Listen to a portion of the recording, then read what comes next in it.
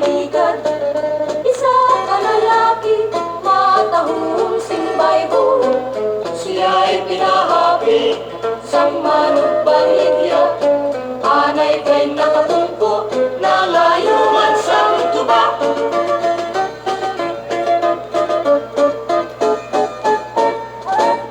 Nga lalaki na akong ginsugid, among nakauyat isa ka gitara. Kapag ang babae nga akong ginsugid, amo ang nagakanta na tagaanda.